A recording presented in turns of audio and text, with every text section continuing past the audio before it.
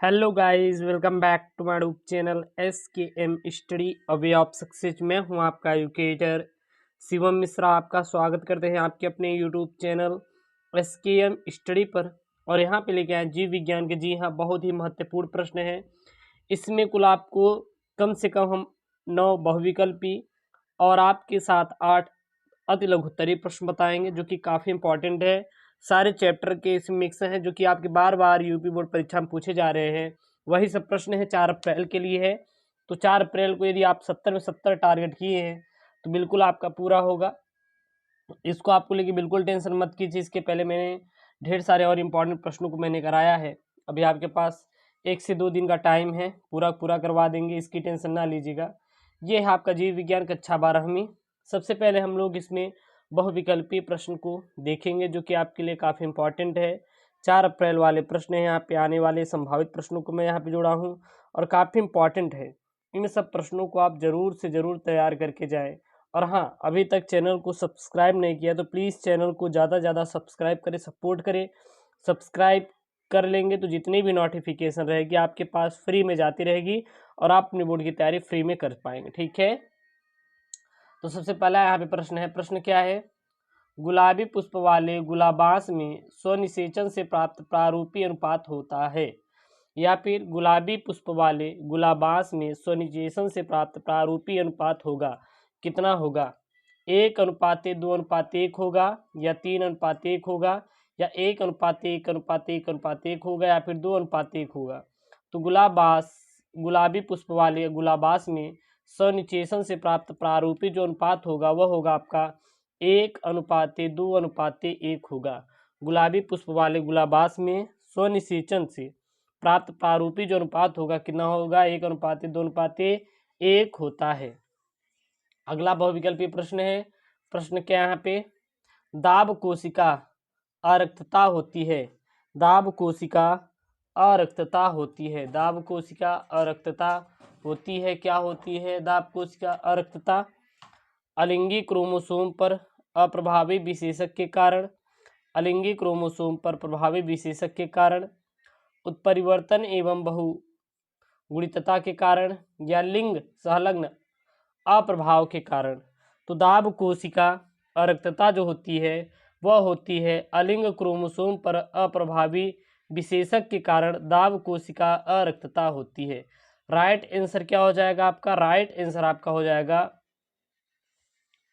अलिंग chromosome पर अप्रभावी विशेषक के कारण। राइट ऑप्शन आपका ए वाला हो जाएगा। क्लियर है यहाँ तक? अगला प्रश्न यहाँ पे, प्रभाविता एवं पृथक्करण के नियमों का प्रतिपादन किसने किया था? 4 ऑप्शन रहेंगे। लैमार्क थे, डार्विन थे, मेंडल थे। तो सीधा आप एक ही इसका आंसर याद कर लीजिए कि भैया किसने किया था? वो आप थे मेंडल ने। मेंडल जी ने प्रभाविता एवं पृथक्करण के नियमों का प्रतिपादन किया था। किसने? मेंडल जी ने। साथ ही साथ एक बात याद रखिएगा, मेंडल ने कौन सी मटर के पौधे को चुना था? तो मेंडल ने जो मटर के पौधे चुना था वो चुना था आपका उद्यान मटर। उद्यान मटर पर अपना एक्सपेरिमेंट किए थे। किसने किया था? मेंडल जी ने। तो मेंडल जी ने अपना एक्सपेरिमेंट किस मटर पर किया था? उद्यान मटर पर किया था। तो यहाँ पे आप देख सकते हैं मेंडल जी ने थे, डी ब्रिज और मेंडल। तो मेंडल जी ने प्रभाविता पृथक्करण के नियम का प्रतिपादन किया था। अगला प्रश्न है, मधुमक्खी में नर का विकास होता है। जो मधुमक्खी में नर का विकास होता है, किससे मधुमक्खी में नर का विकास होता है आपका? अनिषेचित अंडों से, निषेचित अंडों से, ए और बी, निषेचित अंडों से तथा अनिषेचित अंडों से, या फिर इनमें से कोई नहीं, यानी कि नॉट। तो मधुमक्खी में जो नर का विकास होता है वह आपका अनिषेचित अंडे से होता है। मधुमक्खी में नर का विकास किसके द्वारा होता है? तो जो मधुमक्खियाँ होती हैं उसमें जो नर का विकास होता है वह आपके अनिषेचित अंडे से होता है। अनिषेचित अंडे से क्या होता है? मधुमक्खी में नर का विकास होता है। किससे होता है? अनिषेचित अंडे से होता है। काफ़ी IMP वाले प्रश्न हैं और इन सभी आप प्रश्नों को तैयार कर लेंगे तो काफ़ी इम्पॉर्टेंट रहेगा और आप अच्छा नंबर स्कोर करेंगे 4 अप्रैल को अपने यूपी बोर्ड परीक्षा में। क्लियर है। चलिए अगला यहाँ पे बहुविकल्पीय प्रश्न है, क्या है? मोरूला एक विकासी अवस्था है। मोरूला एक विकासी अवस्था किसका होता है? युग्मनज व कोरक पुटी के बीच की, कोरक पुटी व गैस्ट्रूला के बीच की, रोपण के बाद की, रोपण व प्रसव के मध्य की। तो मोरूला एवं विकासी जो अवस्था होती है यह होती है युग्मनज व कोरक पुटी के बीच की अवस्था होती है। मोरूला एक विकासी अवस्था किसकी होती है? युग्मनज व कोरक पुटी के बीच की अवस्था होती है। काफ़ी आईएमपी वाले प्रश्न हैं। अगर इन प्रश्नों को तैयार कर लेंगे तो बोर्ड में आप अच्छा से अच्छा नंबर स्कोर कर पाएंगे बिना किसी भी टेंशन के। अगला प्रश्न यहाँ पे प्रश्न क्या है? निम्नांकित में से या फिर निम्नलिखित में से किसमें 23 गुणसूत्र होते हैं? निम्नलिखित में से किसमें 23 गुणसूत्र आपके होते हैं? स्पर्मेटोगोनिया में, युग्मनज में, द्वितीयक ऊसासाइड में या उगोनिया में। तो निम्नांकित में से किसमें 23 गुणसूत्र होते हैं? तो जो द्वितीयक ऊसासाइट होता है, क्या होता है आपका? द्वितीयक ऊसासाइट होता है, उसमें आपके कुल 23 गुणसूत्र होते हैं। 23 गुणसूत्र किस में होते हैं आपके? वो होते हैं द्वितीयक ऊसासाइट में होते हैं। अगला प्रश्न यहाँ पे प्रश्न क्या है आपका? कोशिकीय अवस्था में भ्रूण कहलाता है। जब भ्रूण कोई कोशिकीय अवस्था में होता है तो उसे क्या कहते हैं? मोरूला कहते हैं, गैस्ट्रूला कहा जाता है, ब्लास्टूला कहा जाता है या फिर ब्लास्टोमियर कहा जाता है। तो कोशिकीय अवस्था में जो भ्रूण होता है वह आपका मोरूला कहलाता है। कोशिकीय अवस्था में भ्रूण क्या होती हैं? मोरूला कहलाती हैं। उसको हम लोग मोरूला का नाम देते हैं। अगला प्रश्न यहाँ पे प्रश्न क्या है?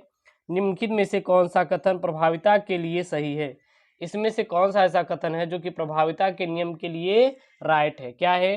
कारक जोड़े में होते हैं, क्या ये प्रभाविता के लिए सही है? या लक्षणों का निर्धारण कारक नामक विभिन्न इकाइयों के द्वारा होता है? या फिर यदि कारक जोड़े के दो सदस्य असमान हो तो इनमें से एक कारक दूसरे पर प्रभावी होता है या फिर उपयुक्त में से सभी।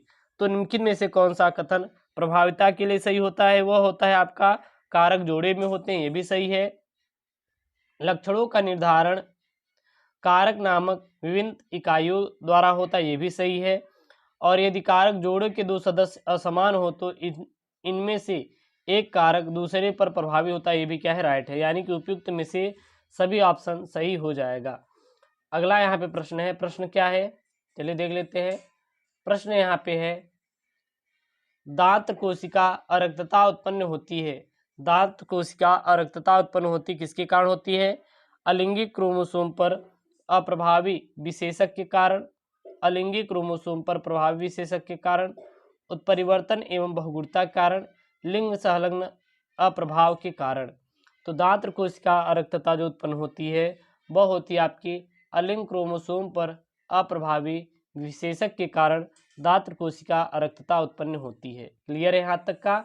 अब यहाँ पे मेरे प्यारे लाडलो क्या है? अतिलघुत्तरीय प्रश्न है। जी हाँ, काफ़ी इंपॉर्टेंट वाले अतिलघुत्तरीय प्रश्न है जो कि आपके बोर्ड में आएंगे। अब यहाँ पे मैंने बोला था कि 4 आपके अतिलघुत्तरीय प्रश्न मैं दूंगा। क्या यहाँ पे प्रश्न सबसे पहला, वंशागति का क्रोमोसोमवाद किसने दिया? वंशागति का क्रोमोसोमवाद किसने दिया? तो वंशागति का क्रोमोसोमवाद जो है वो बाबेरी तथा सटन ने वंशागति का गुणसूत्री मत प्रतिपादित किया था।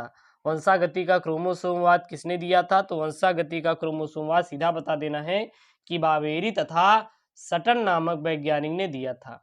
अगला प्रश्न है, वेक्टर का क्या कार्य है? जो वेक्टर होते हैं उसका क्या कार्य होते हैं? इन बायोलॉजी शब्द में है कि वेक्टर का क्या कार्य होता है। तो वेक्टर डीएनए लाइब्रेरी किसी भी जीव को स्वतंत्र रूप से विलगित वेक्टर से जुड़े हुए डीएनए खंडों का संग्रह है। वेक्टर का क्या कार्य होता है आपको सीधा बता देना है। वेक्टर डीएनए लाइब्रेरी किसी भी जीव के से स्वतंत्र रूप से विलगित वेक्टर से जुड़े हुए डीएनए खंडों का क्या होता है? संग्रह होता है। अगले आपके अतिलघुत्तरीय प्रश्न क्या है? वंशागति को परिभाषित कीजिए कि वंशागति क्या होती है, आप स्पष्ट कीजिए। तो अनुवांशिक लक्षणों के जनकों से संतति में पहुंचने को अनुवांशिकता या वंशागति कहते हैं। अनुवांशिक लक्षणों के जनकों से संतति में पहुंचने को अनुवांशिकता या वंशागति कहते हैं। विज्ञान की वह शाखा जिसके अंतर्गत अनुवांशिक लक्षणों एवं उनकी वंशागति का अध्ययन किया जाता है, अनुवांशिकी कहलाता है। तो एक होता है अनुवांशिकता, दूसरा होता है अनुवांशिकी। तो अनुवांशिकता क्या होता है? अनुवांशिक लक्षणों के जनकों से संतति में पहुंचने को अनुवांशिकता या वंशागति कहते हैं। और विज्ञान की वह शाखा जिसके अंतर्गत अनुवांशिक लक्षणों एवं उनकी वंशागति का अध्ययन किया जाता है उसे हम लोग अनुवांशिकी कहते हैं। अगला प्रश्न यहाँ पे, विभिन्नता से आप क्या समझते हैं? और कोई दो प्रकार विभिन्नता के बताइए। तो एक ही माता पिता के विभिन्न संतानों में अंतर पाए जाते हैं। इस प्रकार जीवधारियों के बीच में पाए जाने वाले अंतरों को विभिन्नताएं कहते हैं।